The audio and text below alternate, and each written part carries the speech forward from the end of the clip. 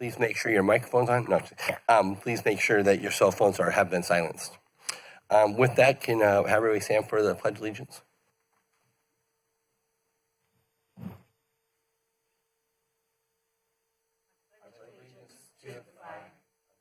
States of America, and to the republic for which it stands, one nation, under God, indivisible, with liberty and justice for all.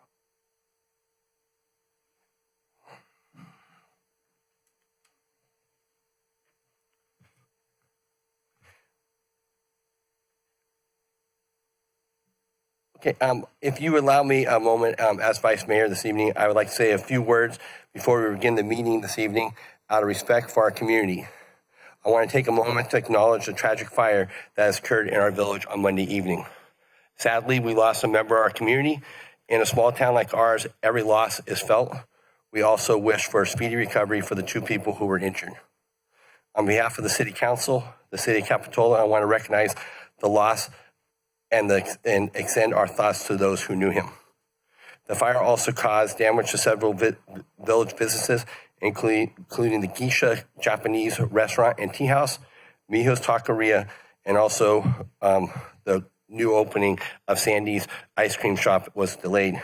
These businesses are very important to the heart of the village, and we know how much they mean to the residents and visitors alike. I also want to thank our local firefighters, police officers, emergency responders, and city staff who responded that night and who serve our community every day. Moments like this remind us of the strength of our community and the way we come together to support one another in difficult times. Out of respect for the life that was lost, I ask that we take a brief moment of silence before we begin this evening.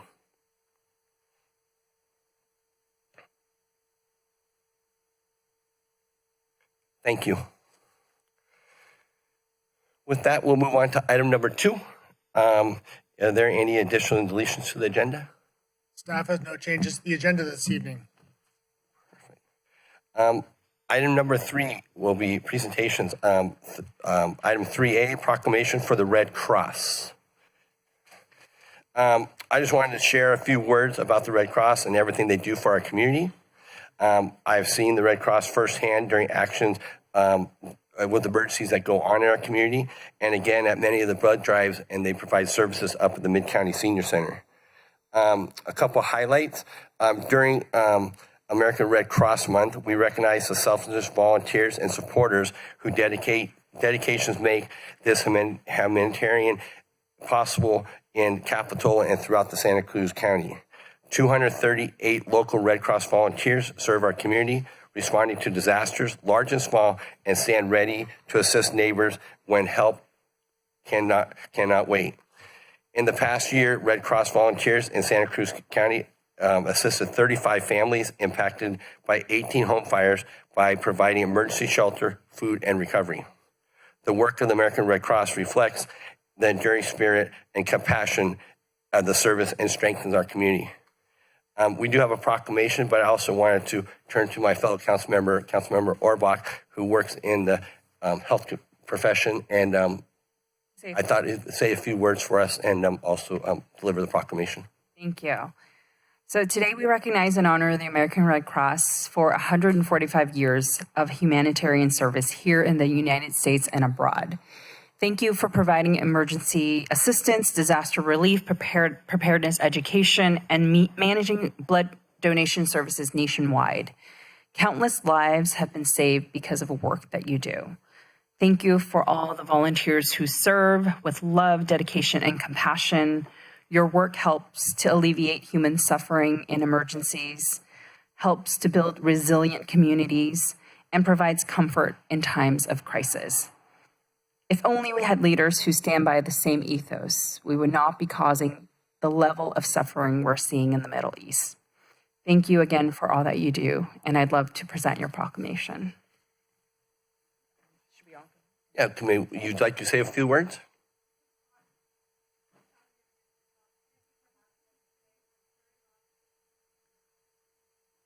Yep.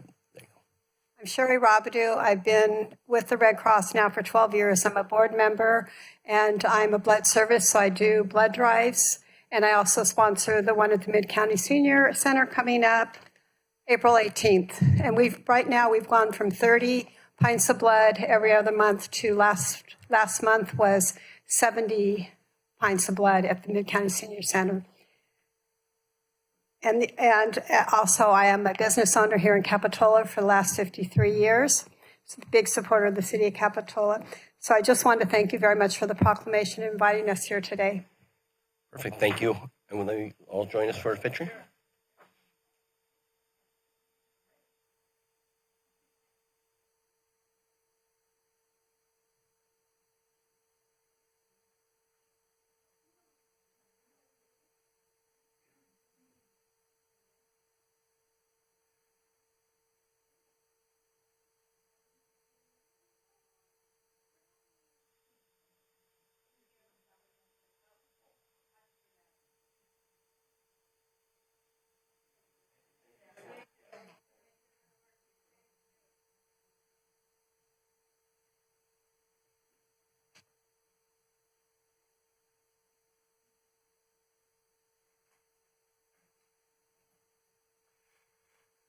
We'll now move on to 3B, and we'll be getting a presentation from the Santa Cruz Metro Transit District.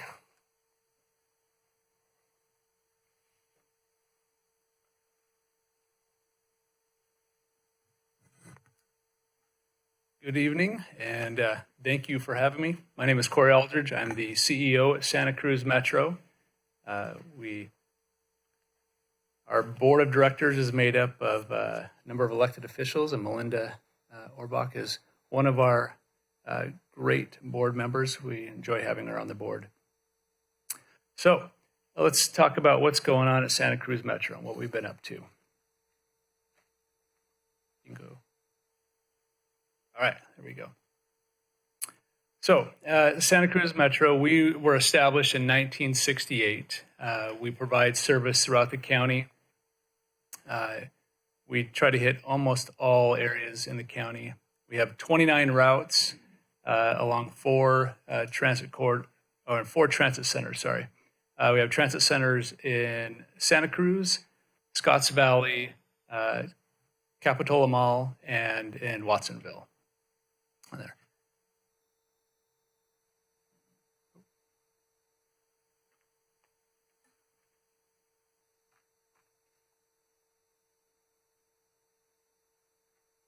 So, being established in 1968, we are a source of bringing independence to our community members. We work on reducing congestion. We are what we call the great equalizer. So allowing people to live a dignified life and to get to places that they need to go regardless of their transportation ability options out there.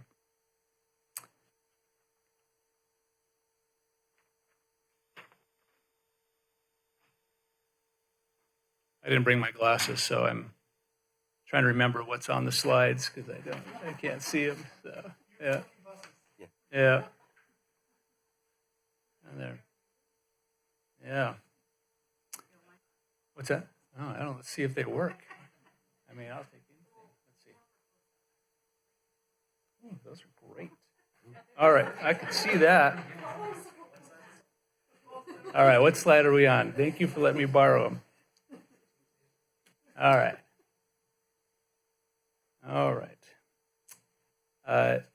So one of the benefits to the local economy is that according to APTA, our National Transit Organization, for every dollar invested in public transportation, it results in $5 of long-term economic benefit to the community. You can go to the next slide.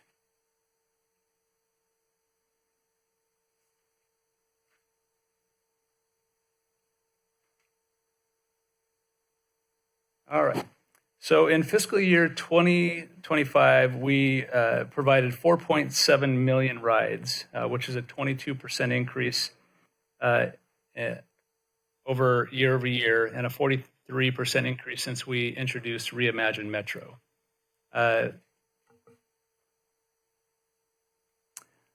So our total ridership in fiscal year 25 was at 94% of what our ridership was at pre-COVID.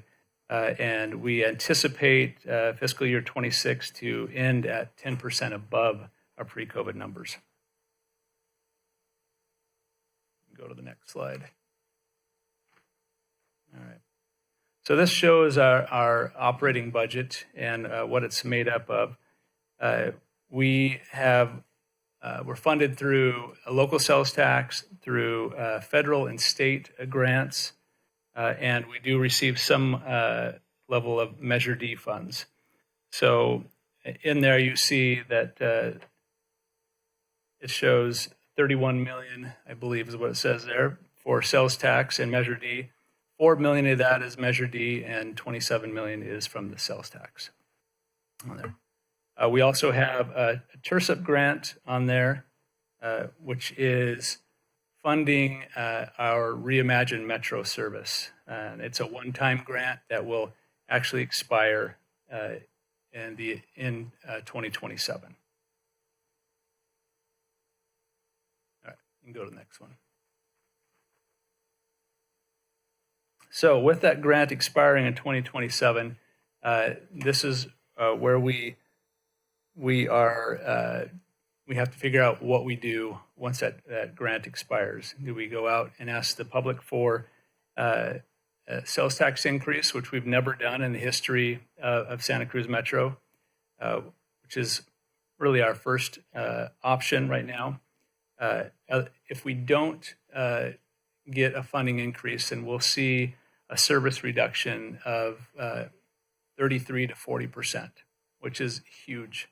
It will impact all routes throughout the county. We'll lose our frequencies and span of service that we've increased so much in the past few years. All right, go to the next one. All right, and there we go. So with Reimagine Metro, it started in 2022. We wanted to talk to the community and find out where and how they wanted service. We spent 15 months collecting data, surveys, talking to the public to really reinvent our route system. So with this, in December of 2023 is when we first rolled out the first wave of Santa Cruz, or of Reimagine Metro, excuse me.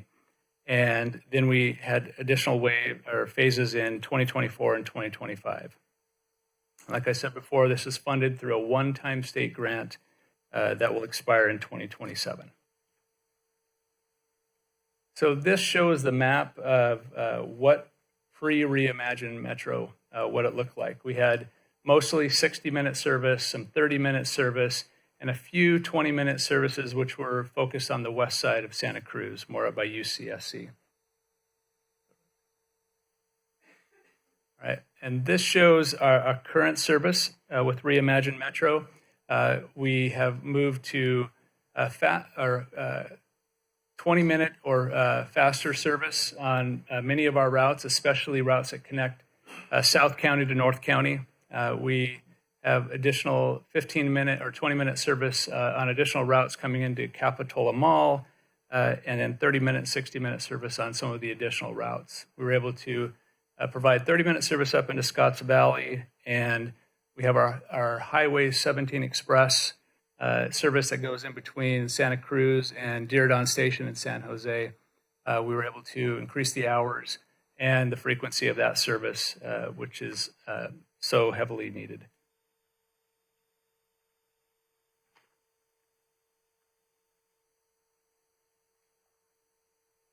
So as you see, we've had a number of route improvements. We've also expanded our hours of service to earlier in the day and later in the evening, and provided better service on the weekends.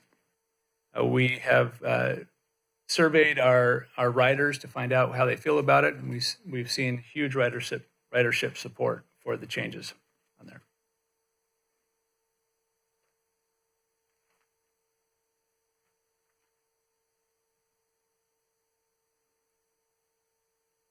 All right. So this shows what some numbers on where our ridership has increased. We've seen Highway 17 service go up by 24%, local non-student ridership 9%, UCSC has increased by 16%, Cabrillo College ridership has increased by 58%, and our youth ridership has increased 529%. With our implementation of the Youth Cruise Free, which allows all youth under 18 to ride Santa Cruz Metro service free of cost.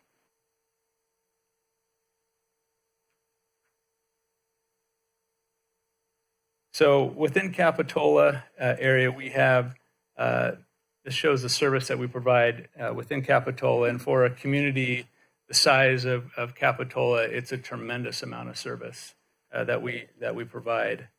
Capitola is in the perfect place. It's right in between two bigger cities, so there's a lot of service that comes through in all directions to help, and then into Cabrillo College.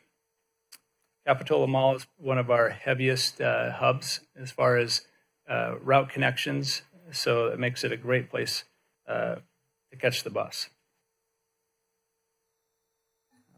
Go to the next one.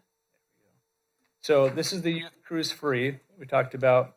Now this is funded through an LC Top state grant, which has allowed us to provide service for the youth for free. We hope to continue this into the future. It will be dependent upon if that grant is available, or if it's not available, if we have the funding to be able to do so. But giving our youth freedom to get around the county has been, I've heard repeatedly from the school district and from parents of how wonderful it is that they can get around. I mean, even my own kids are using it, so, which is great.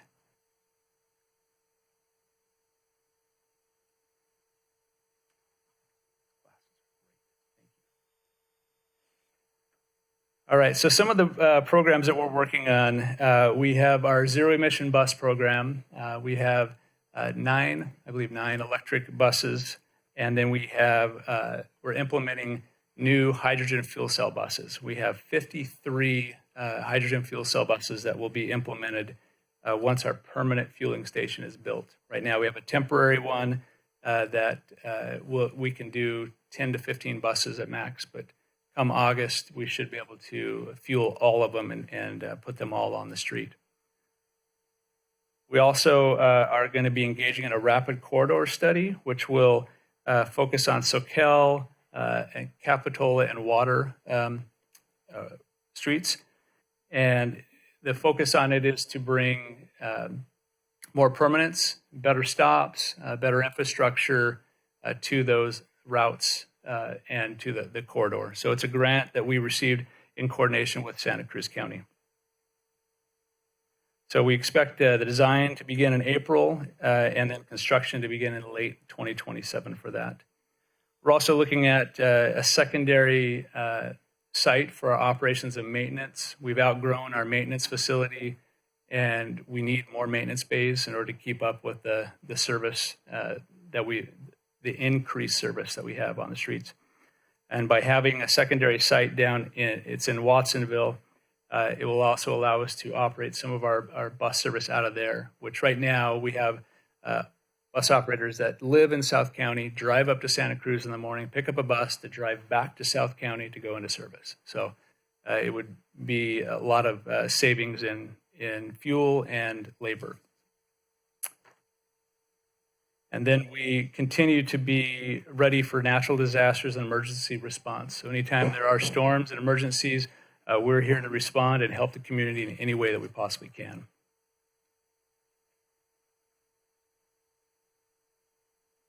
So on our housing, right now we are, it was called Pacific Station downtown. It's been renamed the Rockin Transit Center. It's under development, and I see that they're now accepting applications for tenants there. When it's completed, we'll have a brand new transit center to provide service for the community in Santa Cruz as another major hub. We're also working on this, in Santa Cruz, it is providing 126 additional housing units. In Watsonville, we are in the planning stages and hope to begin construction in January of 27 by redeveloping our transit center there, which will bring an additional 79 housing units into that community. We are in beginning talks. We've had some conversations with Capitola about potential at Capitola Mall, and then with Scotts Valley at our transit center up there. So for us, good housing, well-placed, is exactly what good transit needs. So by having this housing, it provides great opportunities for users to utilize our transit service better. All right, that's it. I'll hand your glasses back. Thank you. All right. Okay. Thank you very much. Questions from the Councilmember? Councilmember Clark? Councilmember Orbach? No, I just want to thank you, Corey Aldridge, Mr. Aldridge, for your presentation, and thank you for all that you do in Metro. I'm really excited. I love being on the board of Metro, and I really think you hit it hard with the mission to provide, transportation access being a great social equalizer in our community. We're here to serve our community. We're not here to make money. And just by the numbers that you've presented, the community is really taking it on. And we're also promoting a new generation of our youth to grow up using the bus system. I mean, with all the housing happening all over the county and our population increasing, we really need to think strategically about supporting our metro system. Thank you. Councilmember Westman? I actually have a couple of questions. So do you own the land where like the Watsonville Transit Center is and where the Santa Cruz Transit Center is? Yes. Yeah. And in Scotts Valley? And in Scotts Valley as well. Yes. And it's my understanding that you are going to have a sales tax measure on November, or you're trying to put one on for November, or? At this time, the board has not made a decision whether to put that on to the ballot or not. I am aware that there is a citizens group called Friends of Metro, of Santa Cruz Metro, that are working on a signature drive initiative to bring that threshold down to 50+1. Again, we appreciate what you do because I think Metro is one of the most important transportation improvements we can make in Santa Cruz County. So thank you for being here. You bet. Absolutely. And I have a few follow-up questions. One question I get asked quite a bit, and it'd probably just be great to inform. When we see a big bus driving up and down the streets and there's not a lot of ridership on it, the question I hear all the time is, why don't they just drive around smaller buses? I was wondering if you could just help identify that so we have a clear answer in the community about that. Yeah, you bet. The empty bus syndrome is something that is always plagued transit because of commuting patterns. In the mornings,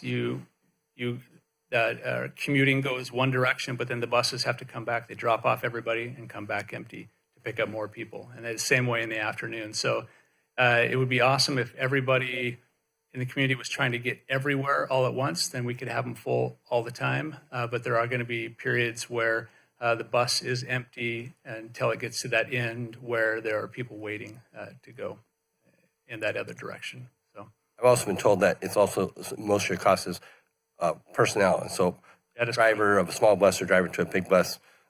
Exactly. Yeah. The savings would be very insignificant in the long run.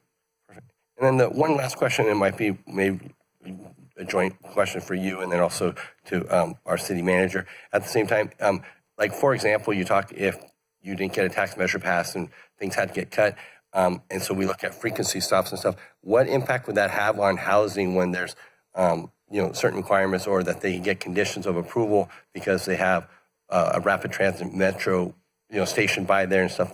How would that work if a project was coming in and then they had to cut service because of fees?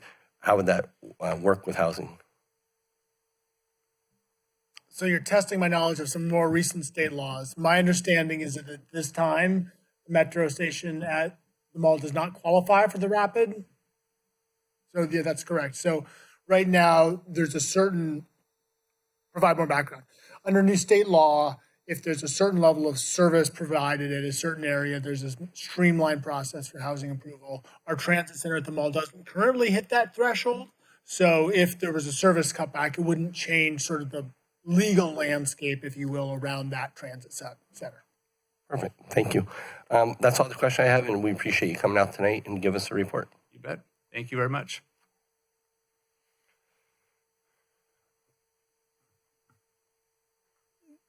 There is no, this, I have some comments I'm and sorry, questions you're going to have, on the metro. okay, well, you aren't going to be able to speak tonight on that agenda item. You can bring it up under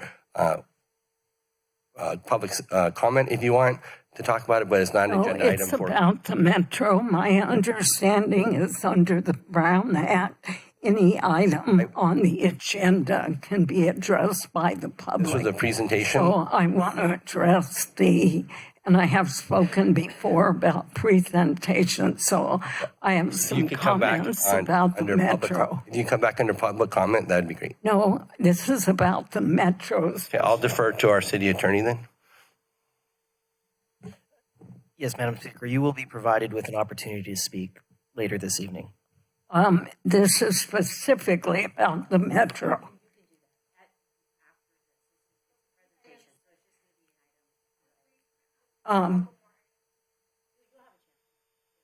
I have some comments specifically about the metro. No, I have, this is about the metro. It's not. And then I can comment on the metro. You know, we'll go ahead and make your Is this comments so we not can move forward. correct? I would like this clarified.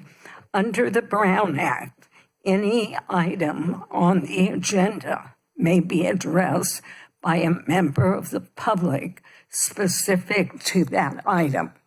And I've done this before and with the Board of Supervisors. So right Thank you very now, much.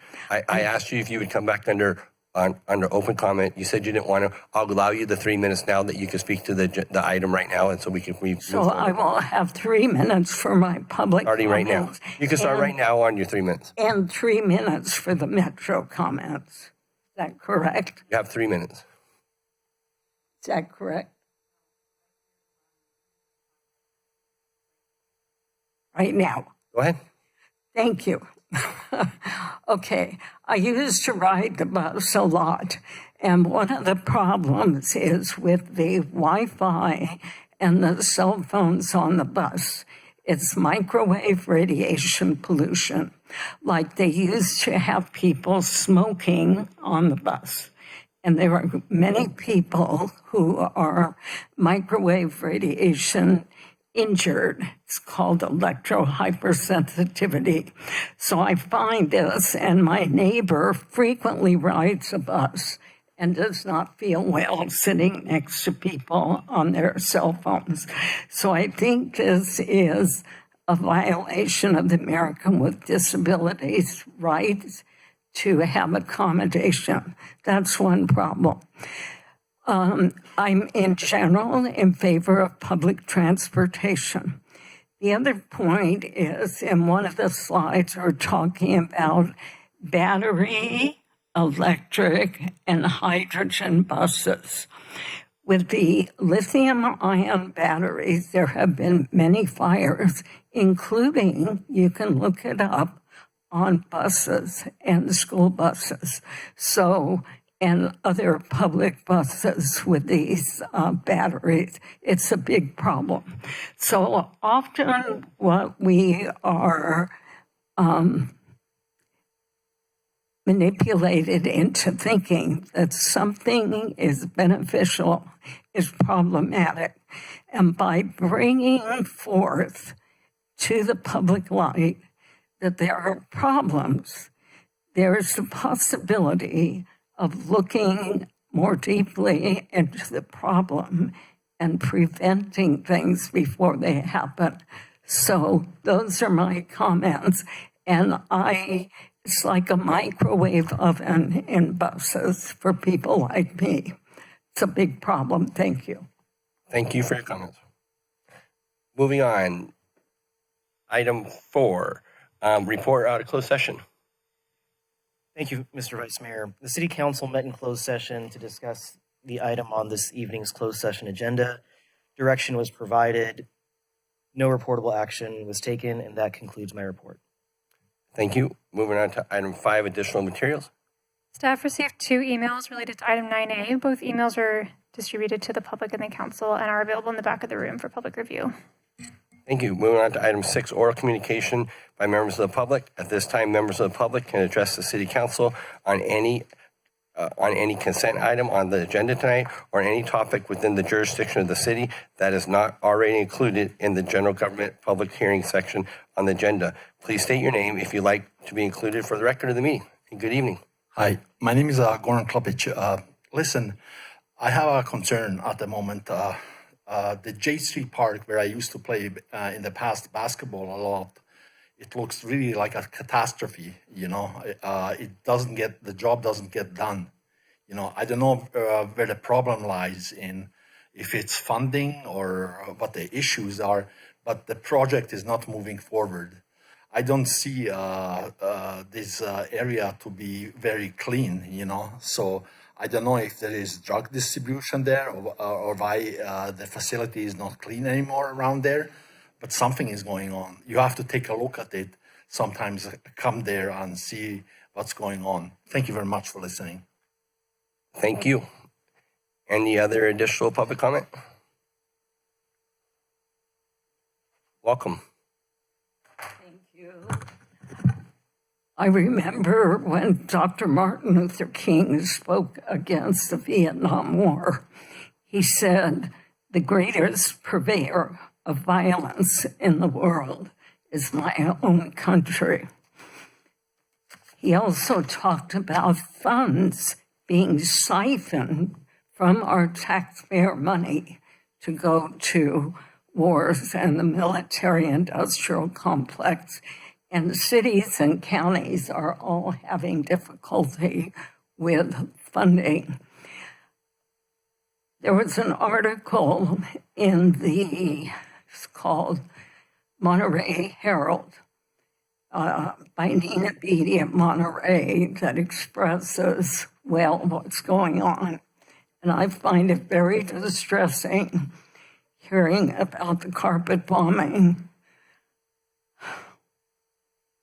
of Iran and Lebanon by the U.S. and Israel and killing school children, bombing schools, etc. The letter says, March is the anniversary of the unlawful, immoral invasion and destruction of Iraq. All of it was based on known lies. The U.S., UK, and NATO allies brutalized, tortured, and killed Iraqi citizens, permanently contaminated the land and the people with toxins, including depleted uranium, resulting in horrible birth defects, blew up oil wells. That was the U.S., not Saddam. Stole and destroyed national treasures, including Iraq's agricultural seed bank, destroyed the electrical, sanitary, and water infrastructure, and ended the country as it was. Here we go again. Same leaders, the same institutions lying repeatedly. Democracy and human rights, or PR window dressing. Submit is the name of their game. What the Washington and Wall Street gangs say to their victims, Republican or Democrat, it doesn't matter. It's about coming out on top and standing over the victim, briefly satisfy until they pick the next victim. They never have enough. They're never satisfied. The goals and ceaseless empire building, world and space domination, eviscerating nations, heritage, and communities, stealing resources, imposing American toxic products on virgin lands. Marine Major General Smedley Butler wrote, "War is a racket," about this reality. Bush said, quote, if the American people knew what we have done, they would free us up from the lamppost. I'll give you a copy of this. Perfect. Thank you again. Any other comments from the public this evening? Seeing none, we'll close that down. We'll move on to item 7, staff and city council comments. Does the staff have any comments this evening? We do have a couple updates for you. I think Jessica Kahn is going to come up first. Hi, good evening, Mayor and Council. As I'm sure many in the community may know, we've been doing some investigation on the Stockton Bridge. Unfortunately, during that investigation, where we had the engineer out this afternoon, we found some structural issues on the bridge that necessitates us closing the westbound, which is the out of the village lane, until we can do those construction repairs. So as of about 4 o'clock this afternoon, we set up traffic control and multiple message boards around town, so people are aware before they get to the village that the Stockton Bridge is closed, moving westbound. We are hoping to have our construction plan done tomorrow afternoon and start the repair work next week, and hopefully will last no longer than 2 weeks. I should have more information on what that repair is and the expected costs at your special meeting next Monday. Thank you. Thank you. So can I ask you a question? I just want to make certain I understand. So it's the westbound lane that's going to be permanent closed. It's not like traffic, we're going to do alternating traffic going in each direction. It's Correct. Just one lane's closed. Yes. So will there be any possibility to put any signage up like on Park Avenue so people don't exit there? And, you know, because a lot of people do and then cut through Capitola and head on to Santa Cruz? So there should, and I say should be because I have not seen it myself, but my staff has confirmed that there's a message board right at the bridge. There's one on Park Avenue in Monterey, and there's one on Capitola and Bay Avenue. The message board signs that say that the westbound lane is closed. Okay, I guess my question was maybe we could ask Caltrans to do something on the freeway because they have a lot of message signs so people don't exit and come into town before they find out that it's closed. Okay, understood. That is something I can follow up on first thing in the morning. Thank you. Go ahead. I had a quick question. Sorry. Yes. If this tends to go to longer than you think it might be, any chance we can do the stoplight so you can have both west and east traffic with a stoplight? So that's definitely something that is technically possible. That wasn't successful on the Murray Street Bridge here in Santa Cruz, and I think they just took that off maybe on Monday. But we do have a shorter bridge span. It's a different condition than the Murray Street Bridge. So hopefully it does not last more than a couple of weeks or so, but that's definitely something Public Works can investigate and bring back to council. Great, thank you. Okay.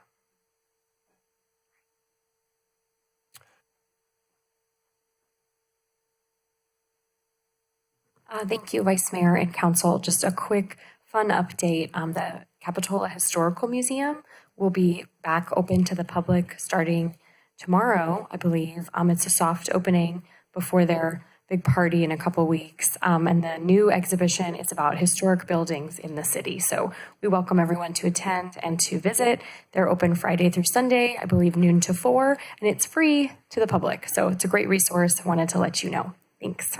Thank you.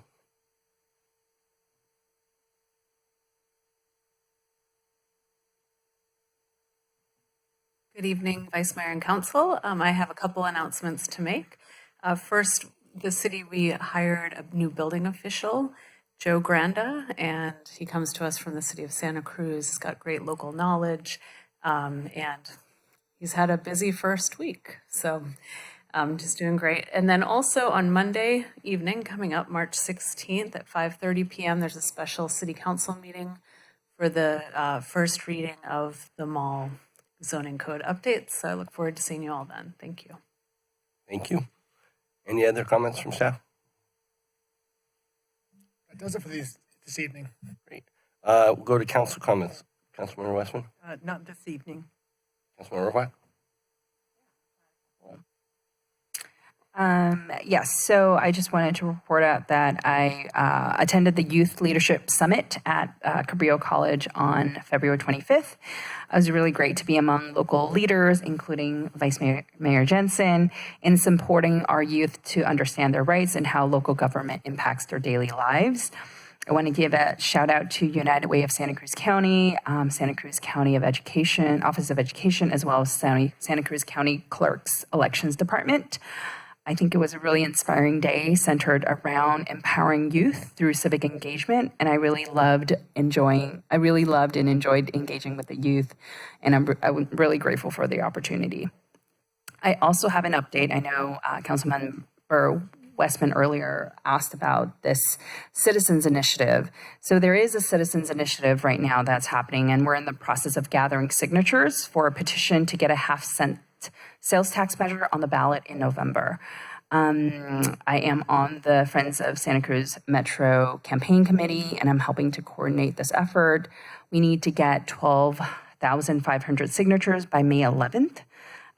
Without the measure, Metro will have to cut service, as you heard from CEO Aldridge, by up to 40%, potentially lay off 100 plus employees, and lose the funding for our youth cruise free program. And that program allows our youth under 18 to ride the bus for free. If this measure passes, we'll be able to maintain our current transit service, continue the free bus rides for our youth, and also expand free bus service to seniors, people with disabilities, and low-income residents. I hope we'll have all our council members here support the measure and sign the petition to endorse and support high-quality public transit in the region. Thank you. Councilmember Clark. No comments, thank you. And I have no comments for this evening at this time. The only comment would be I look forward to the report back on Monday regarding our closure of the Stockton Bridge and what the traffic pattern is going to look like, and also requesting, has there been a special request made, or have we reached out to the BIA to talk to their leadership? We have reached out to the BIA as of this afternoon, just before this meeting. We certainly can schedule a meeting with them if they reach out to them and see if they have any more questions or further discussion. I just would like to have them review like the traffic pattern, or what the ideas are and the impact and stuff like that. Sure. Thank you. So I just had one more comment based on Councilmember Orbach's comment. Is it possible for us to agendize having the sales tax measure for Metro come back to us so that we can provide support for that proposal? Yes. Thank you. I think there's a second for that, yeah. Second that. Sounds like our new order of having a second is working. With that, we'll move on to consent. Our next item will be consent agenda. Do we have any members of the City Council who wish to pull any items from the consent agenda for discussion? I'll go ahead and move consent items 8A to 8C. We have a first and a second. Could we just have a roll call vote then? Councilmember Clark. Aye. Councilmember Orbach. Aye. Councilmember Westman. Aye. Vice Mayor Jensen. Aye. That's unanimous. We'll move on. Item number 9, under general governments and public hearing, we'll be talking tonight on 9A about the e-bike safety action plan. And I think we have our chief here for a presentation tonight. Yeah.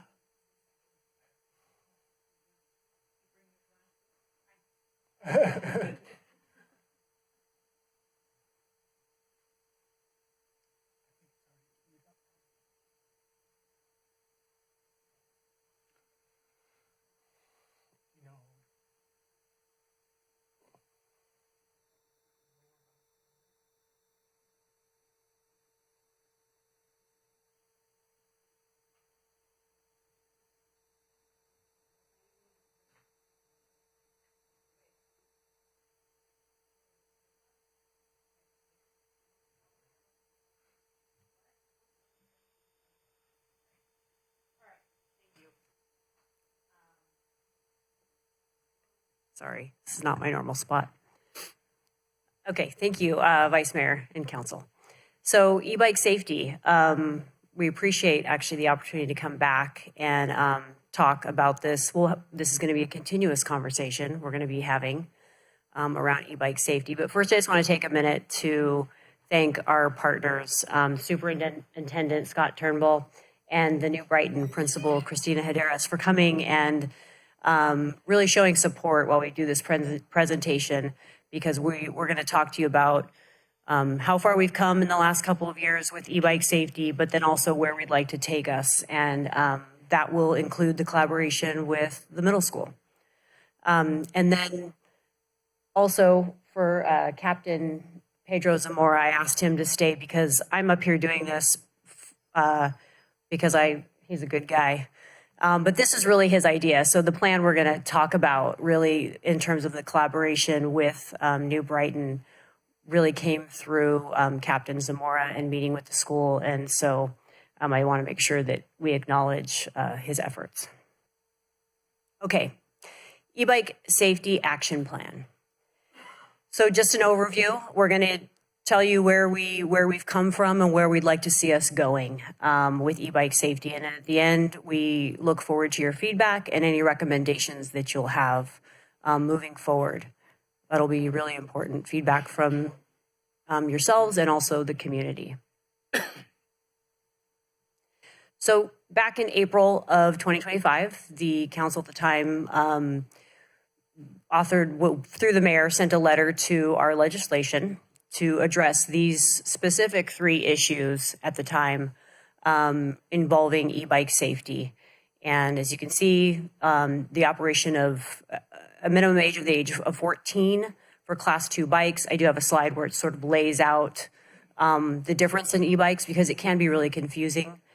To create a written test, because as we know, a lot of our young e-bike riders actually have been through no driver's training or tests, don't understand the rules of the road, and to encourage this integration into traffic safety into the school curriculum. So here is essentially, I just like to kind of put this out there so that you can kind of get a visual. We've dove into the differences between these bikes because when we are contacting kids and parents, we need to be able to explain the types of bikes that they should have and how they are classified. So as you can see it here, I've seen it explained many different ways depending on how you visualize how this works. But the speed that these bikes go, as we all know, can be a real issue. So then moving into more, the letter was sent to our legislature, but we also thought, well, what can we do locally?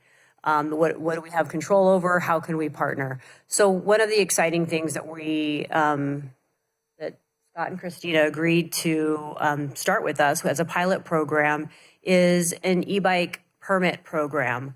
So partnership with them, they will control a lot of it. We're going to be there to support. When the students come in, they will need to enter into an agreement with the school where they bring their bike in. It's age appropriate. It's inspected for that. They've complete an educational seminar about the rules of the road. And then as long as they're in compliance with all of that, then they will get a sticker that will go on their bike in order to park it in that bike pen. As most of you probably know, they have a pretty big bike pen that secures the bikes. So this is a partnership that we are looking forward to launching. We're working out all of the details. We've pushed it back and forth to make sure that it works for all of us. And we will continue to do our annual outreach at New Brighton Middle School. The students really enjoy when our officers go and have an interactive assembly regarding e-bike safety. Our social media will continue as well, our campaigns. And then as you all know, we are in the process of filling our MSO positions. And part of the purpose behind that position as being a non-sworn position is that they can have, they can be embedded in the school. They aren't required to respond to emergency calls for service. Therefore, they have the opportunity in their schedule on a regular basis to be at the school, interact with students, and develop relationships. I think that's going to really feed the whole purpose behind the e-bike safety program as well. Here's some quick statistics. We 8 e-bike related traffic accidents that we have documented, and 9 e-bike related citations that we've issued. That doesn't mean that's not all the contacts that we've made, but in actually just equaling citations, we've had 9, and then 8 traditional meaning obviously not e-bikes. We are exploring other ways to capture this data. We also are exploring a new RMS system. We've been talking about that for about 8 years. It will come to fruition. But so capturing this data, we have to add codes and do different things to our system in order to actually capture this, because e-bikes didn't exist when our report writing system, when we took that on many years ago. So our next steps are to continue moving forward with our e-bike safety plan, working with New Brighton Middle School as a pilot program, and to provide regular updates to City Council and continuing to talk to the community. As we know, our school is, students are frequently moving through it. We only have them for 3 years. We have a feeder school that they go out to other high schools. So we're going to be continuously working on this for all the new students that continue to come through. I don't see e-bikes going away, and we're just going to need to continue to educate on how to share the road. With that, we are all here if you have any questions for us. Perfect. Thank you for the presentation. Any questions from council before we go out to the public? Yeah, I'll start off with a question. How are they going to enforce that? Because I think if you look at the bikes that are at the school currently, most of them are probably 2 and 3, and most of the kids there are well under 14. How are they going to education first and then? Right. Yep. My turn. So as the kickoff, they will have to bring the bike in order to park the bike in the bike pen. They need to go through the process of registering the bike. So the bike will be inspected to classify which class is it. They'll have to complete the educational piece. And from what I recall, we have essentially a 3-pronged approach to meeting with the student, having a conversation about it. It then equals if they start to violate the rules of the bike pen, then they receive a lock on the bike where they can't get it, and it involves parent interaction with that. And so there's phases. It starts with education, and then the enforcement piece is getting the parents involved. Great, thank you.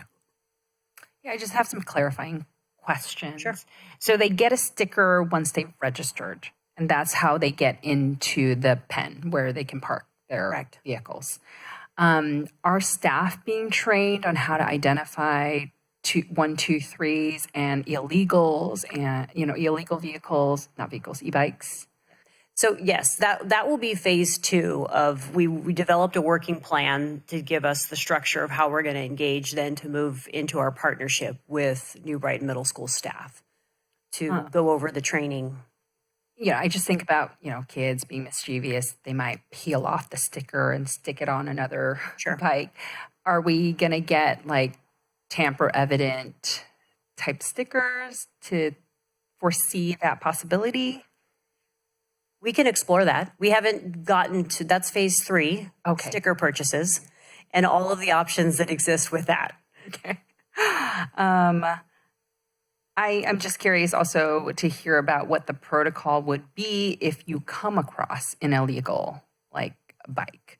Is there a protocol? Are you gonna, you said lock it up and call the parents? Well, we'll start at the lowest possible level, right? So if they have a bike in there, then yes, we start at the lowest possible level, starting with the student and calling the parents. And being that it's a pilot program, I think there's going to be a lot of those components that we're going to need to work out. If you all have thought about any of that, then please come and nope, you haven't. So yeah. Thank you. Christina Hadrius, principal at New Brighton. So we've been working with Capitola PD for the last few years with the e-bike assemblies, as Captain Ryan had stated. And Chief Ryan, I apologize. I knew you as Captain before. And so we've gotten a lot of training. And so we don't have, it's very rare we'll have a class 3 bike. They're mostly class 2 bikes that we have in our bike lots. And our staff are actually pretty well trained, considering Cap PD has been up to show us the differences. And as soon as we see when the current policy is, we call parents. They are not allowed to take that home. Parents have to come pick it up. So that's our current policy with any class 3 bikes. And this year, I think we've had maybe 1 or 2 that have been class 3 that we've had to have parents come pick up. And how about managing kids who park their bikes elsewhere? So we have very strict bike policies currently. So first of all, like 100% helmet use.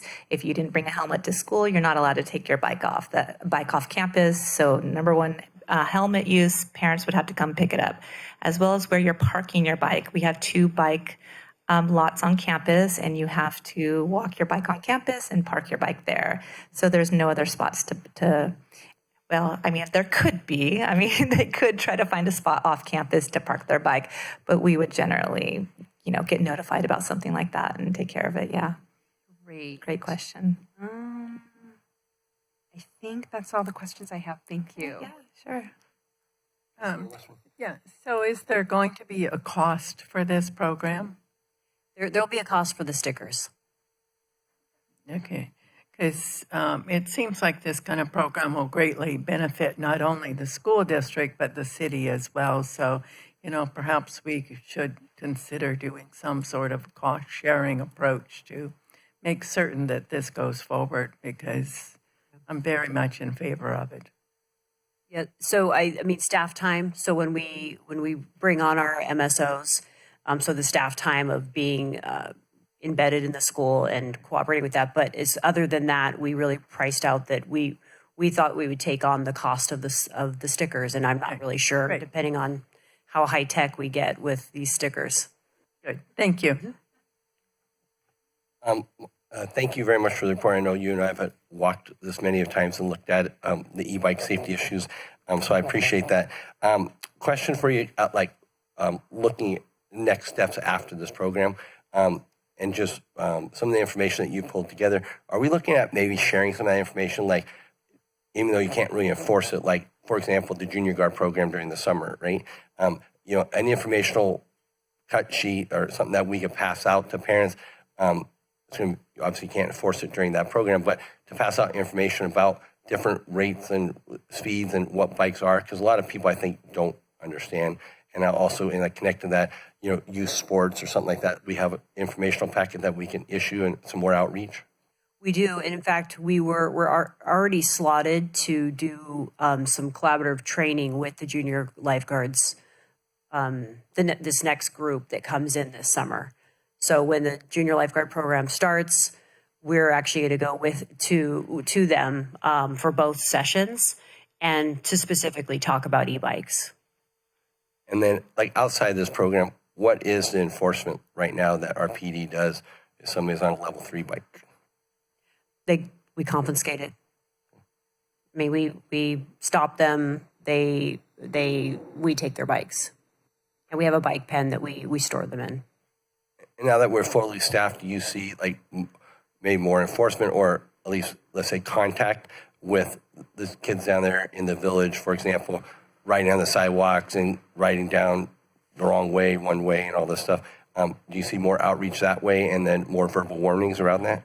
I do. The fact that we have, been lacking that community position, the multi-service officer position, formerly known as the community service officer position, has put a gap in that connectivity with the youth that are down in the village. So I do see that, especially since we're hiring 2 new people, new expectations is a perfect opportunity to change some of the culture of that position and change some of the expectations of how they interact.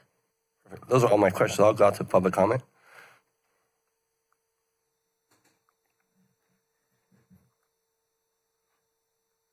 Good evening. You have 3 minutes.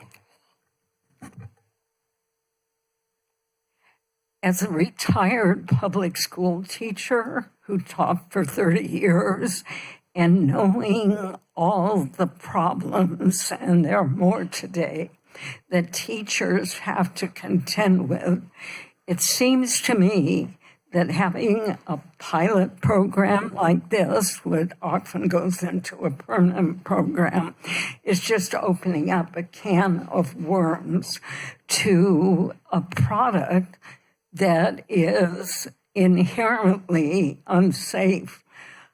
There have been fires with these batteries on these bikes.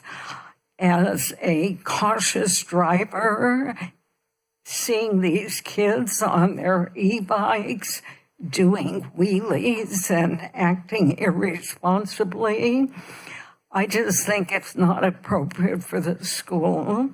And also, I wish we had a system where products that are put out there are proved safe and not harmful before they're marketed to the public.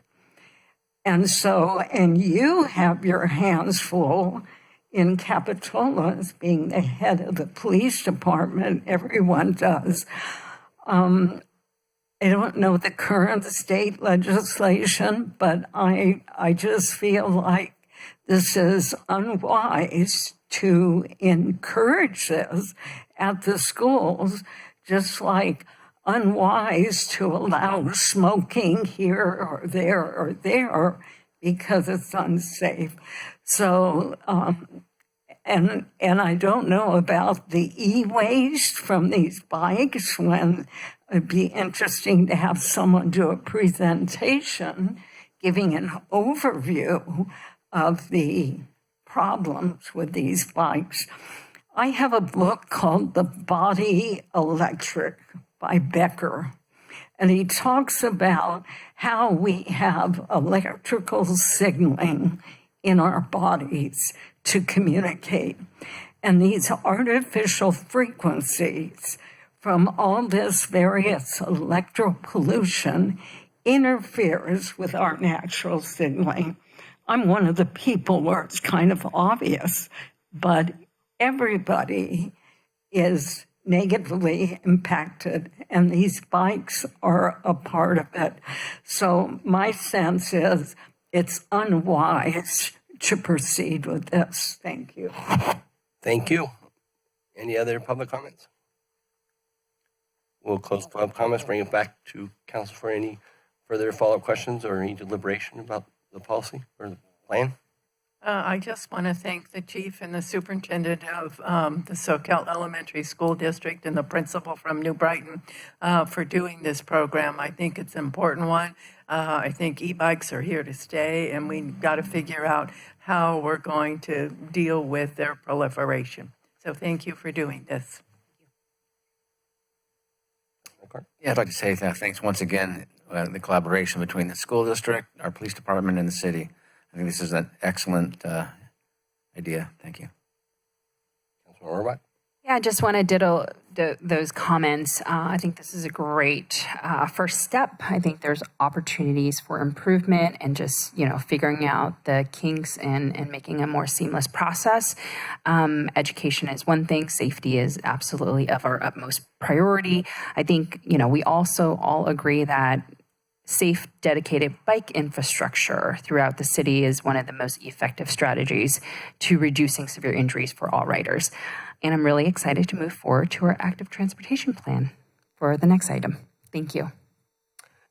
And before we get there, we'll ask the chief, do you need any other additional comments from us, and maybe you could talk about how you're planning to implement it? I don't need any additional comments. And our next step will be to go back with Christina and talk about the timeline of how we want to implement it. They are the experts when it comes to when is the best time to begin something like this to capture the most students and to be effective communicators.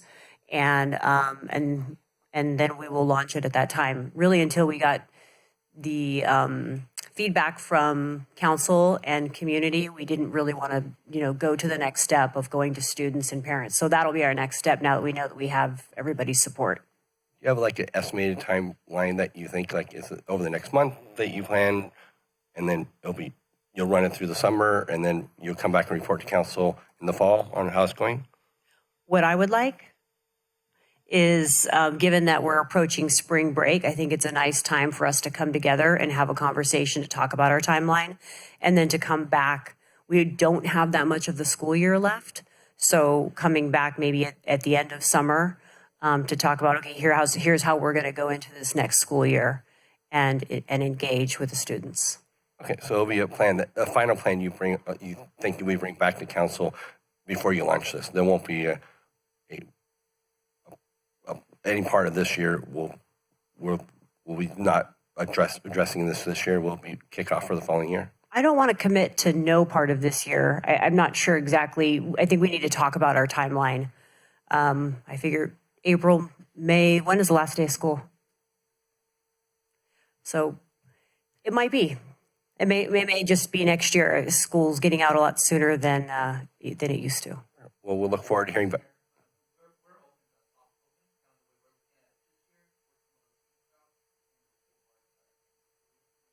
Great. Perfect. Thank you very much for that. With that, I was going to make one more comment. sure, go ahead. It just came to mind, because I'm enrolling kids to school and I'm getting those enrollment packets. As part of the enrollment packet, it makes sense to say, okay, you park here, you drop off the kids here, and here is a new program, right, to register your bikes, just so the parents have it in their mind already while they're enrolling their kids for the following school year. I think that's a great opportunity to just do a mass kind of messaging, and, they have to read through all the packet and get the kids prepared. And so I think that'll be a great opportunity. Right. Okay.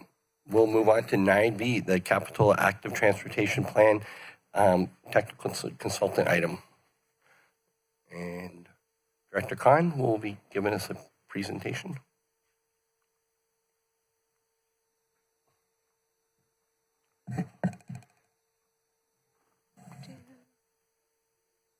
All right, good evening, Mayor and Council members. The item this evening is to approve the contract for our technical. Oh, that's why it's not up here. I didn't do it myself. Thank you. For the technical consultant for the active transportation plan. And then I also have a bit of an update on the project in general. So if you do not recall, we received a grant from Caltrans through their Sustainable Transportation Planning Program to do the first city's active transportation plan, which is a comprehensive citywide plan for walking, biking, and multimodal transportation. So really it's to give us a guide map for a network throughout the city that leads to capital projects, to other grant applications to get funding, and just long-term mobility planning in general with our partners around the county. Again, it's primarily for pedestrians and bikes, but also scooters, those with different mobilities, and to do not just infrastructure recommendations, but also programmatic recommendations, much like the e-bike program we were just talking about in the last item. So it really focuses on safety, obviously, and then equity, in those programs. And then also some side focus areas are climate resilience, because much of our greenhouse gas emissions here in the city are transportation related. And then consistency with all of the laws across the city and state and federal policies. So the project partners for this project is obviously us. The City of Capitola Department of Public Works is the lead agency. Ecology Action, who was our co-applicant in the grant application with Caltrans, and they are doing all of the leading the community outreach and engagement. They're setting up our webpage, they're scheduling the public events, they're putting together kind of the media outreach for this project. And then the third partner we have for this project is a technical consultant, and who we're recommending this evening is Fair and Peers. And they are taking all of the technical data, taking together projects and programs we already have in the works, studies we've already done, and really turning those into conceptual designs, doing cost estimates, identifying gaps where we don't currently have projects to, again, make this active transportation network. So we put out a competitive RFP for this contract. We received 6 from many qualified consultants. We did interviews with 3. We were recommending Fair and Peers. They were really the Goldilocks consultant of this effort. They had a really strong technical background, but also really had experience in community informed planning and really taking those comments and all that feedback we are soliciting with this project and like turning that around to make an active transportation network. We recently worked with them on a grant that we got through UC Berkeley's Safe Trek about 2 years ago, where we did some analysis on Monterey Avenue for the middle school. And we were really pleased with the work that they did on that project as well. So the scope of work is included in your agenda packet. But again, it's kind of going over our existing facilities, our existing plans, and then really looking for other gaps in the network to develop a connected network, and then also prioritizing projects within that network that we identify. There is an ad hoc committee for this project. It consists of Vice Mayor Jensen and Council Member Clark. We've met a couple of times over this project already, really focused on our engagement strategy. So identifying kind of key communities and partnerships with community organizations to form the focus groups that we have for this project. So the outreach plan was also included in your agenda packet. A little bit of detail here. We have a project website that will be launching in May. That will be up for the whole project. That will have an interactive map where for anyone who cannot come to any of our in-person outreach can at any time really comment and give input on our plan. We have scheduled 5 to 6 community pop-up events, including our Food Truck Friday. And then we have those focus groups that really consist of people with disabilities, non-English speakers. There were 6 groups that I can't remember off the top of my head included in your agenda packet, but taking those recommendations from the ad hoc committee and appropriately putting them in like groups to have those really focused meetings.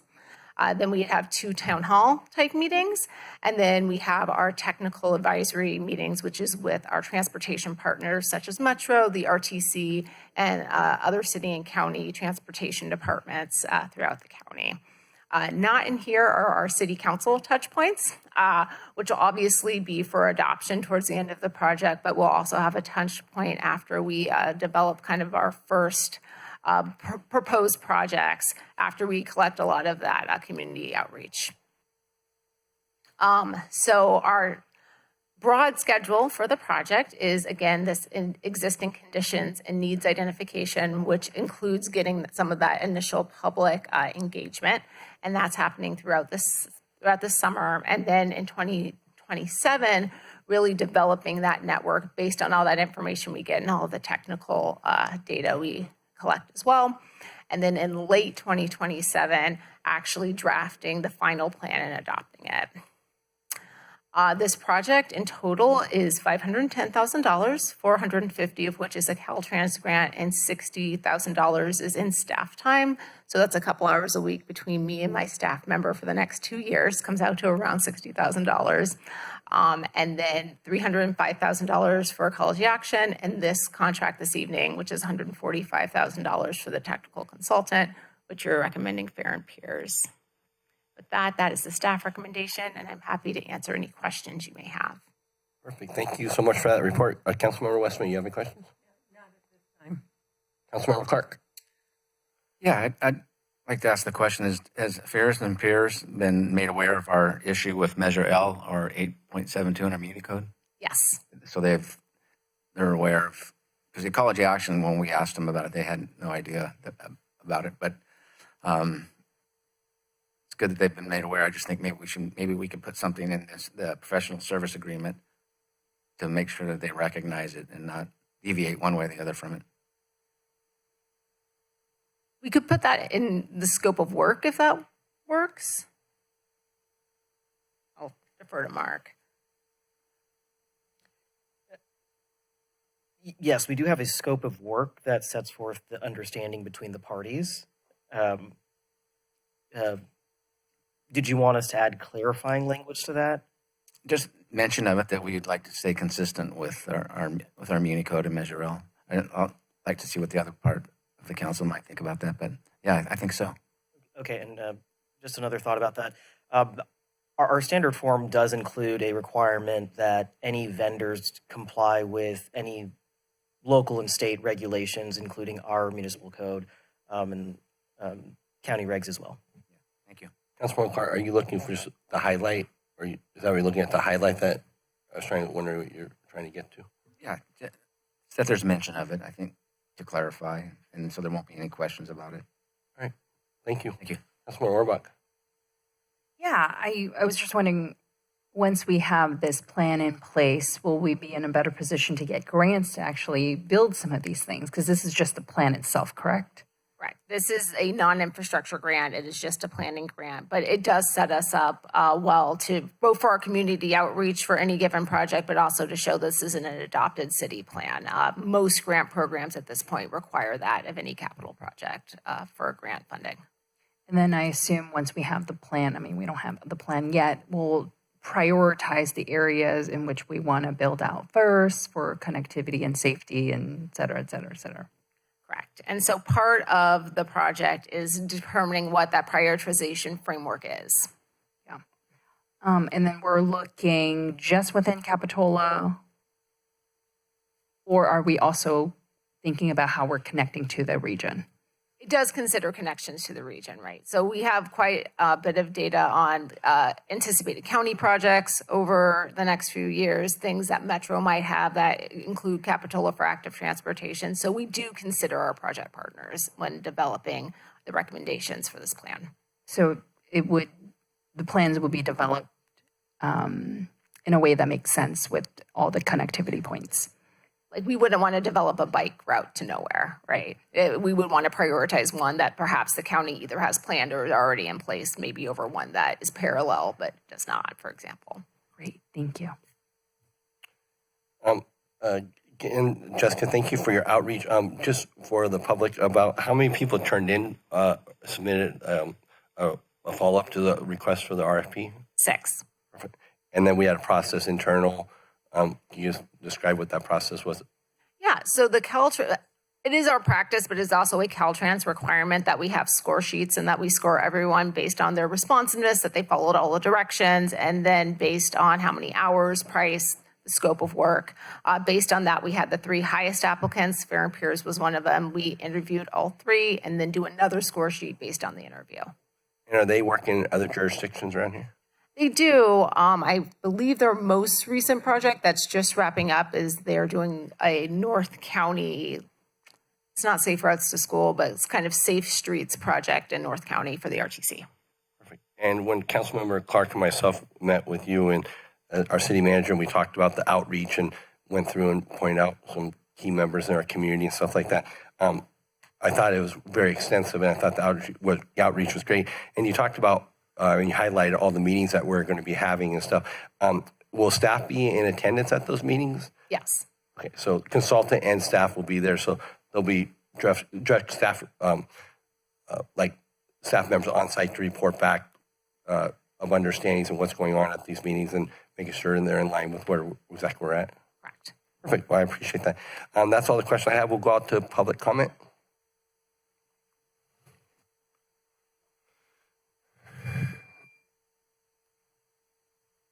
Good evening. You have 3 minutes.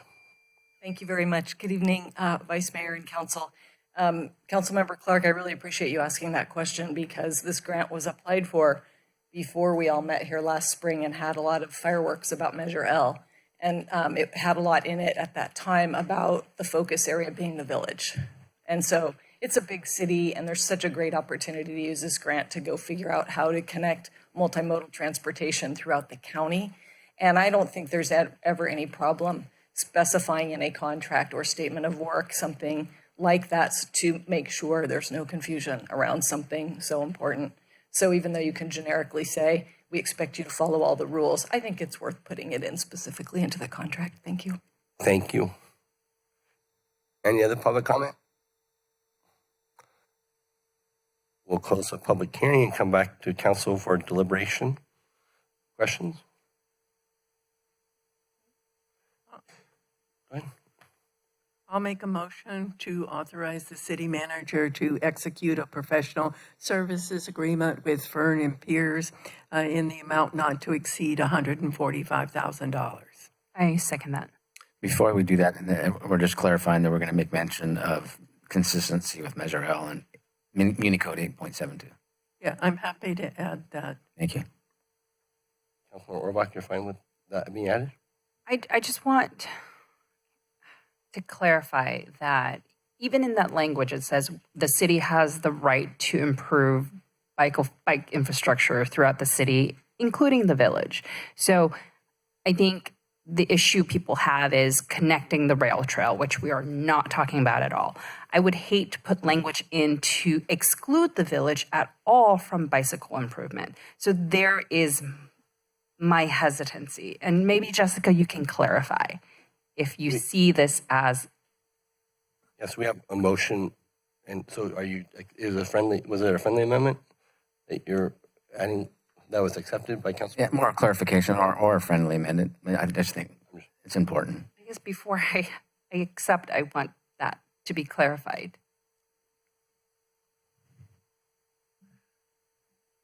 So 8.72 says the city shall not detour the rail trail onto Capitola city streets and sidewalks. I'm summarizing. So that the council has interpreted that, which indicates that the RTC must build the rail trail in the corridor and that the city has the discretion over its streets and sidewalks to do with it as it will. So complying with that clearly is we will not be planning on the RTC building trails over our property. And the city can design, you as the council have the authority over your streets and sidewalks throughout the city. Point of clarification, 8.72 doesn't directly only talk about the RTC rail trail, it talks about overall city and deviation, stuff like that. Is that correct? I mean, it doesn't highlight only talk about RTC property, right? I'm operating off memory here. 8.72, the operative language is that the city staff shall not fund, cooperate, or work towards a detour of the trail onto city streets or sidewalks. And we went through a process and the council interpreted that to mean that what that meant was the RTC can't build and design the rail trail on city streets, but the city still retains authority, you as the city council, over all your streets and sidewalks to develop sidewalks, to do with the streets as you see fit. And per my understanding from our council, the contractor has to follow our Muni Code, period, as well as any local code. Is that correct? Yes, in addition to that, the contractor receives direction from city staff on this particular issue. Okay, so our city staff, I'm confident, will not violate our own Muni Code. I don't think there is a need to add this repetitive language. I'd like to argument that, and the argument being, so just We want to do an alternate motion. we'll do it. You won't- So right now, you don't have it's a not being second. accepted, right? Okay, it won't be accepted, so that motion will fail. And if there's an alternate motion, want to be put on the table? We have to vote on that motion. I didn't accept the amendment, but we still have to vote on the motion, correct? Yes, so as I understand it, Councilman Westman made the motion with no revisions, reading just purely staff's recommendation. There was a second from Councilwoman Orbach, an attempt to amend by Councilman Clark. Here's that amendment is not moving forward, so we should vote on the existing motion that's on the table, let that proceed, or entertain a subsequent motion. Or there could be a formal, So if we make a subsequent motion, then we vote on the subsequent motion first. Yes, the motion to amend would take precedent. There should be an answer to that question. right, or a formal amendment can be made that would supersede all this, correct? Motion to amend takes precedent over a main motion. So Councilman Clark's amendment, which includes adding language related to 8.72, some action should be taken on that. So, Councilmember Clark can make a subsequent motion, and then you vote on the subsequent motion first. Or Yes. So move. So what you're moving is the authorizing of the city manager and including a provision in there that makes certain that the contractor is aware of Measure L. And the purpose of that too, if I can talk about it a little bit more, it's not to say that we don't want to improve pathways, bikeways through our village. It's just that so that we're not working on something that we're later on going to have to say, no, that doesn't go with our own municipal code. So that's the purpose. So I'll second your motion. So we have a first and a second. We'll look into the city attorney. We'll vote on that. Yes. Okay. So I'll have a roll call vote. Councilmember Clark, Aye. Councilmember Ordock, Aye. Councilmember Westman, Aye. and Vice Mayor Jensen. Aye. We have a unanimous vote at 4-0. So now that we voted on the subsequent motion, we don't need to vote on the first motion again. Yes, the substitute motion has carried the day. Okay. Thank you. Perfect. We will now move on to item 9C, progress report from the Jade Street Site Improvement Project. Hey, good evening again, Mayor and Council members. Very excited to give you what I think is going to be this last quarterly update because next quarter the project should be over. So, as an overview, this at Jade, the community center at Jade Street is actually consisting of 4 projects. One is a community center renovation, patio improvements, the Treasure Cove Playground, and then the restroom renovation for the park. These have several different architects and several different funding sources, and the property is owned by the school district, so it's a relatively complicated $10 million plus project. The goals here are to modernize the community center, to be able to expand our outdoor programming space, provide inclusive play opportunities, and then just generally improve park facilities.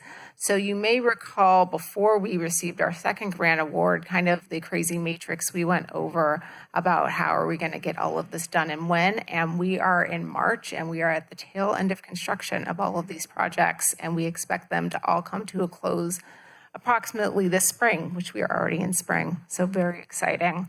I have some pictures of each of the projects, the community center renovation and the patio improvements. Recently, the storefronts, so that's what you would be like the outdoor windows and doors have all been installed.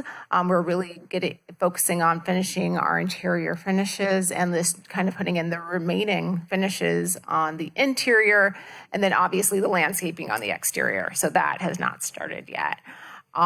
So some fun pictures. This is a few weeks ago, but it shows the entire kind of walkway into the community center. And so some of that really nice concrete work. And then this picture is from yesterday with all of the siding in the front. So it is much improved. It's some lovely colors that our architect picked out, and I'm very excited to have this new entryway in the building. This is right inside the building. This is kind of a wood accent wall. And then there is a lot of sound dampening in this building. One of the comments when we were developing this project from both staff and users at the community center is that it was very, very echoey.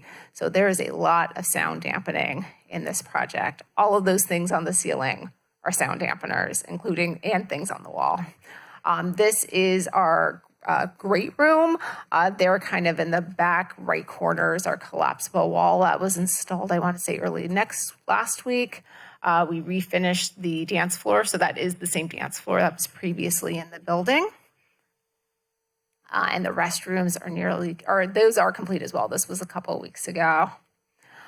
We have our Treasure Cove Playground. I will say the pictures for this one are a whole lot less exciting, but really playground projects after you do kind of the site grading and a lot of the drainage improvements, which are all underground, come together really fast. So putting in the concrete and the surfacing and then the equipment come together really quick.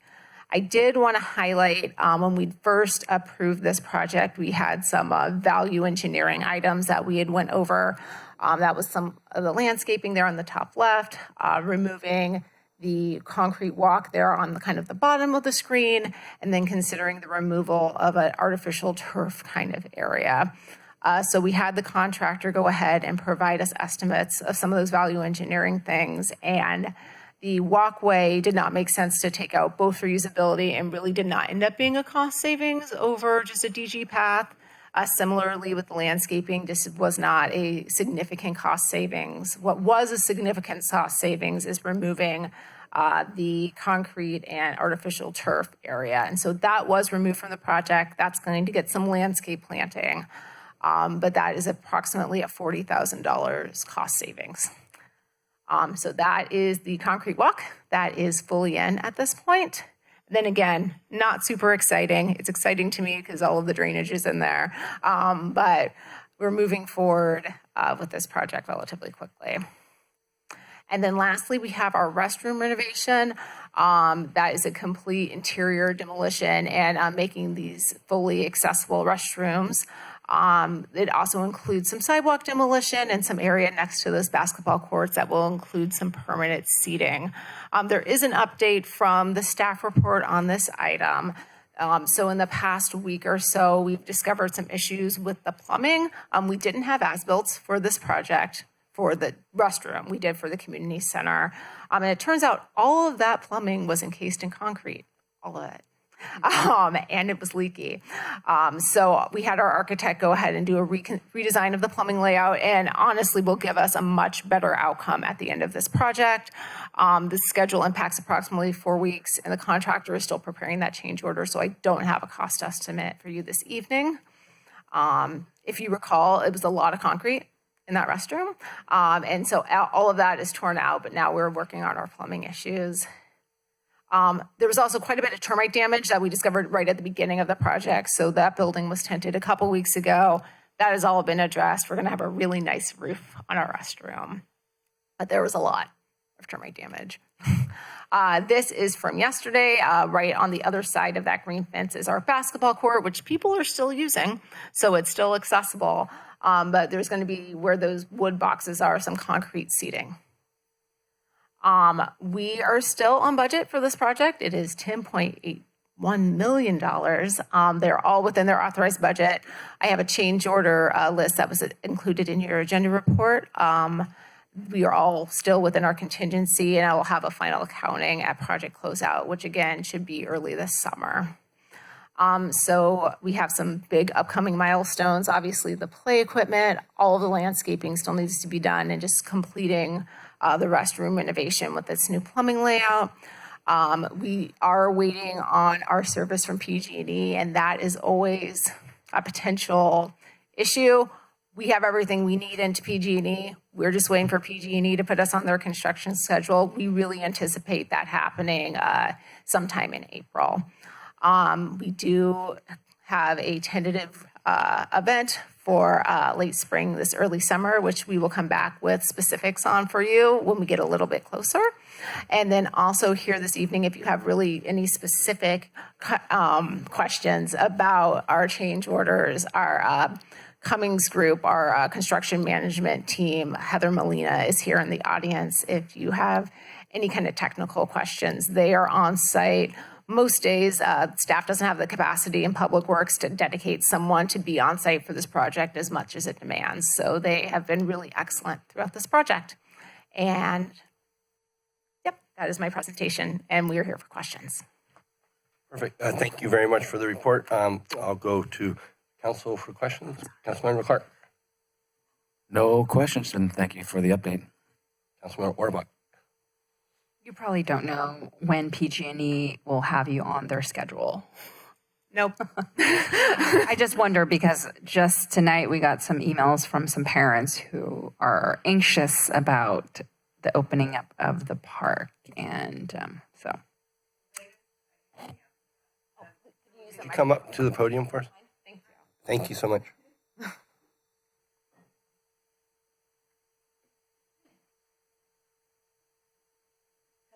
Heather Molina.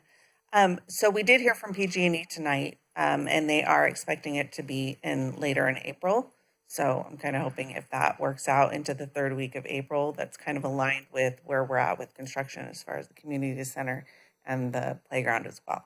So, good news. Councilmember Westman.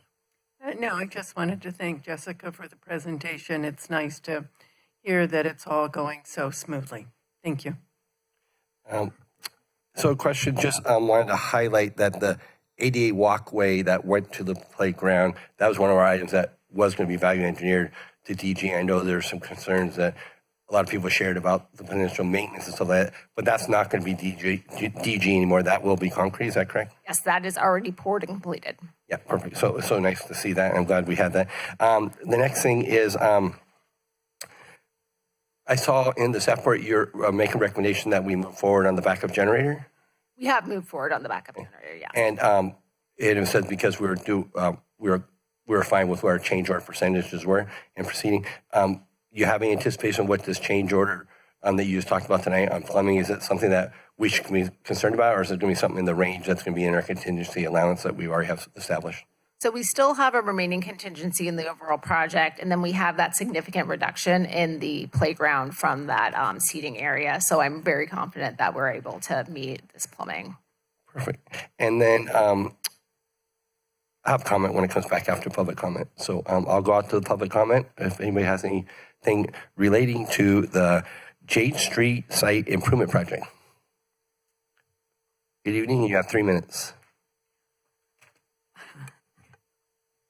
Often I see improvement projects and I wonder, did it really need all this tearing down and putting stuff up? But something about Jade Street that's not mentioned here. In this very city council, some years ago, when Mike Termini was on the city council, he opposed antennas that were approved for the roof of the community center on the basis of an ordinance you had that the telecom industry pressed to change. But basically, these are radiation emitting antennas on the roof. And thank you, the 3 people of the council members who are looking at me and one who studies her computer while I'm speaking. Thank you to the 3 of you. Mike Termini said basically that our ordinance is to protect the people of Capitola, and we do not like to be told to change things for the benefit of some industry. Well, the power of the telecom industry went out, and on top of that building are antennas, and when I'm at the park, I definitely feel ill health effects. There's a publication, Bees, Birds, and Mankind, Destroying Nature by Electrosmog. So it's the elephant in the room that's not being discussed here. And of course, children are especially vulnerable. I want to read a brief quote here from Rudolf Steiner, 1924, I think. You must understand the whole part played by electricity in nature. Human beings cannot go on developing in the same way in an atmosphere permeated on all sides by electric currents and radiation. It has an influence on the whole development of man. This life of men in the midst of electricity, notably radiant electricity, will presently affect them in such a way that they will no longer be able to understand the news which they receive so rapidly. The effect is to damp down their intelligence. Such effects are already seen today. Even today, you can notice how people understand things that come to them with far greater difficulty than they did a few decades ago. Thank you so much. This is a problem. Thank you.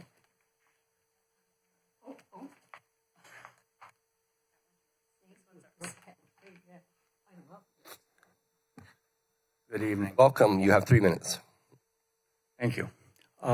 It seems that there might be some extra money from this plan, and so I'll bring up the word pickleball. Has there been any consideration in this to restripe at least one court so that pickleball could be included in the overall project? I'll leave it at that. So I'd like to see if that's been considered or could be considered in this project. Thanks. Thank you. Any other comments? I'll bring it back to council if there's any other follow-up questions anybody has. There is no action on this item, but any more questions? I do have just one question overall about general programming. Maybe the city manager can address. With the community center opening up, are we going to be able to see like more resources for classes and stuff like that for the community when it comes online? Have you envision what that's going to look like? So simple answer is yes. We will have more facilities, more resources available at the community center. We'll be talking a little bit more about during our council goals. Like one of the CSNR goals is to kind of more develop out the commercial kitchen, which is going to be available for use. The outdoor patio space is going to be far more usable. So other things like that kind of grow some of the offerings around the new facility that we have. Thank you. That's a question I get asked quite a bit. So I think everybody's really just looking forward to it coming online. Again, Director Khan, thank you for all your hard work on the project, and also to the construction management company for showing up this evening, and thanks for all your hard work. Moving on to item 10. It is now, is that 7:43 or something? We can move forward to adjournment. I just wanted to couple quick reminders is that March 16th at 5:30, we have a special city council meeting regarding the mall and the objective standards for code amendments. And also our next regular scheduled meeting is March 26th at 6 o'clock. Thank you everyone for continuing to stay engaged in your community. And with that, please be kind to your neighbors. And this meeting is adjourned.